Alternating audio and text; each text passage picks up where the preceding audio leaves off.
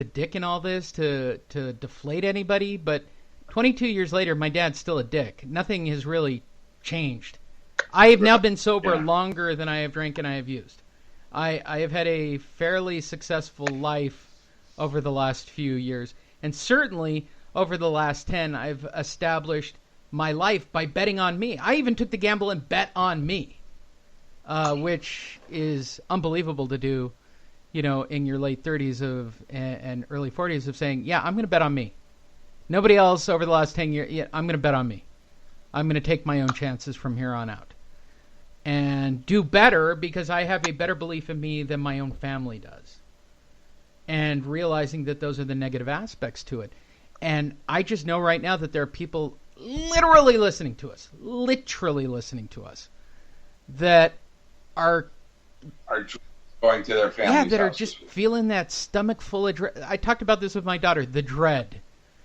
And dread. I said, do you know what I'm talking about? She goes, yes. I said, do you ever have that when you go to gymnastics? She goes, not gymnastics. She goes, but there have been times at school when there's a test or when we're going somewhere where I don't want to do it. I said, yeah, it's a horrible feeling. She goes, it's a horrible feeling.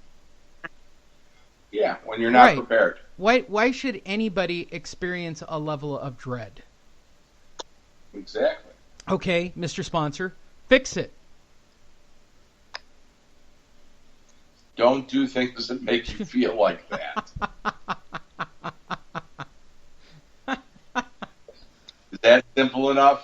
Is it really just come down to setting, honest? You got invited to the ex's house because you just got 90 days sober. You still want to choke her. Just don't go. So, does it come down to just, and we're back to where we started, is it just about being honest with the other party? I mean, yeah, somebody's feelings are going to get hurt in the process. No, you don't tell the ex that you can't go because you feel like you're going to choke her out. And the only reason why she wants you to go is so she can reject you again. But isn't being honest putting an end to it? Aren't you leaving it some way open by just using some... Honesty is a two-way street. If the person you're dealing with isn't going to be completely honest, I don't know why you get in the situation. Well, I can't expect the rest of the world to be honest. I can't, right? I understand that, but to me, what I've seen in my experience, it's a trait of addicts and alcoholics that they would rather have familiar misery than unknown bliss. You know what I'm saying? Rather stand in that doorway and let the door hit them 25 more times before they get out of the doorway and go a different route than have no problem. Which brings up the bigger question. Is it just when you're in recovery and for a great long period of time, do we just need some level of nagging pain to get us through the early years of recovery? And we just hold on to it. We want the bumps. I think we missed the bumps because it was such a shit show right before we got here that this whole stable, easy, for lack of a better word, boring life is just that. It's boring. It's an interesting, it's something to really think about. I mean, again. Yeah. House arrest is part of my story. I almost had to do 45 days in jail because I took a crap at a meeting. Because I was 15 minutes late. It was great. It was very, very, very thrilling. I couldn't have contact with one of my best friends. We saw each other more then than we do now. But do you? Because we both had that 9 years of prison hanging. Well, yeah, but here's my statement: do we like the drama instead of just removing it out? We must. Well, look, it's only taken me 22 years to remove almost every ounce of drama in my life to the point of I can already tell that there's too many waves in that area of the pool. I'm not going. I'm going to stay here in the shallow end where it's nice. Yeah, but you still got to look at the waves. I think you can actually evolve. I mean, it's people that you can see the waves coming, because usually you're on the beach after the tsunami hits, not before. That's interesting. It's very. No, that's them to know the difference.